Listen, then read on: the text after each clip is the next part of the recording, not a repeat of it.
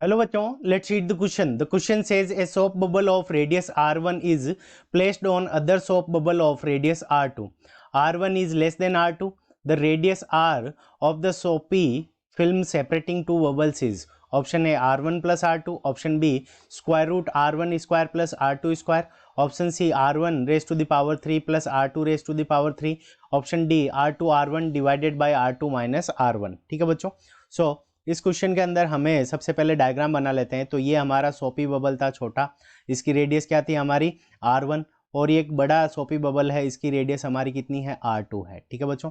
सो यहाँ पे ये r1 इसकी रेडियस हो गई, इसको फर्स्ट नंबर बबल माना, ये second number. So first number जो बबल है इसके इनसाइड हम प्रेशर कितना मान लेते हैं P1 है, और आउटसाइड जो प्रेशर है वो कितना है हमारा P0 है. सो इसके इनसाइड जो हमारा प्रेशर हो जाएगा वो P2 हो गया, और इसके आउटसाइड जो प्रेशर होगा एटमॉस्फेरिक प्रेशर वो हमारा कितना हो गया P0 हो गया.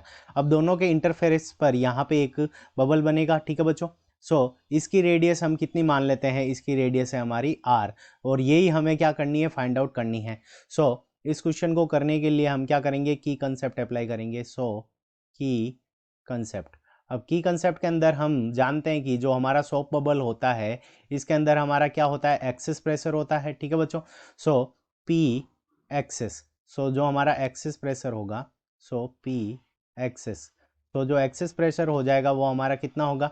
सो P एक्सेस की वैल्यू हमारी कितनी होती है सोप बबल के अंदर, सो वो होती है 4T डिवाइडेड बाई R के इक्वल. ठीक है बच्चों. सो 4T divided by R, T यहाँ पे क्या है सरफेस टेंशन सोप का, और R क्या हो जाएगी रेडियस. सो अगर हम P1 की वैल्यू कैलकुलेट करें, यानी पहले सोप के अंदर जो इनसाइड प्रेशर है वो हमारा कितना है P1.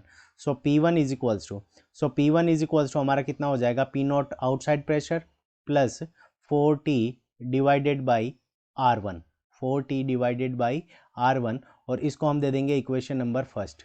और इसी तरह से जो सेकंड बड़ी वाली बबल है इसके अंदर जो प्रेशर होगा इनसाइड प्रेशर वो कितना हो जाएगा, तो ये वैल्यू होगी हमारी P0 plus 4T divided by R2, 4T divided by R2, और ये हो गई हमारी इक्वेशन नंबर सेकंड. अब क्या होगा कि P1 का जो प्रेशर होगा वो क्या लगेगा, इस साइड लगेगा. ठीक है बच्चों. ये इस साइड प्रेशर लगाएगा, और P2 क्या करेगा, इस साइड प्रेशर लगाएगा. ठीक है बच्चों. तो दोनों के अंदर जो प्रेशर का डिफरेंस होगा वो प्रेशर हमारा क्या होगा, इस बीच वाले इंटरफेस के अंदर होगा. सो दोनों का अगर हम डिफरेंस निकालें तो P1 minus P2. So equation first में से इक्वेशन सेकंड को जब सब्सट्रैक्ट करेंगे तो यहाँ से हमारा P0 से P0 कैंसिल हो जाएगा. सो यहाँ से हम अगर 4T कॉमन ले लें तो हमारे पास में कितना बच जाएगा, 4T कॉमन आ गया. सो 1/R1 माइनस 1/R2, ये हमारा क्या हो गया, एक्सेस प्रेशर हो गया इंटरफेस के अंदर. ठीक है बच्चों. और इंटरफेस के अंदर जो एक्सेस प्रेशर हो गया तो इसकी रेडियस हमने स्मॉल r मान रखी है, तो ये किसके इक्वल होना चाहिए, तो एक्सेस प्रेशर है ये, तो ये हमारा इक्वल होना चाहिए 4T divided by small r. So 4T divided by small r ये किसके इक्वल होना चाहिए, ये इक्वल होना चाहिए 4T common 1/R1 minus 1/R2 के इक्वल होना चाहिए. ये एक्सेस प्रेशर इस प्रेशर के इक्वल होना चाहिए. सो यहाँ से 4T से 4T कॉमन हो गया, कैंसिल हो गया, तो यहाँ से हमारे पास में क्या आ गया, 1/R is equals to 1/R1 minus 1/R2. तो इसका हम एलसीएम लेके इसको जब अरेंज करेंगे तो हमारे पास में जो R की वैल्यू आ जाएगी, R इज इक्वल्स टू, तो R इज इक्वल्स टू हमारे पास में आ जाएगा R1 multiplied by R2, R1 multiplied by R2 divided by R2 minus R1. ठीक है बच्चों. सो ये हमारे पास में क्या है कि जो कॉमन इंटरफेरेंस है उसकी रेडियस कितनी आ जाएगी, R1 multiplied by R2 divided by R2 minus R1.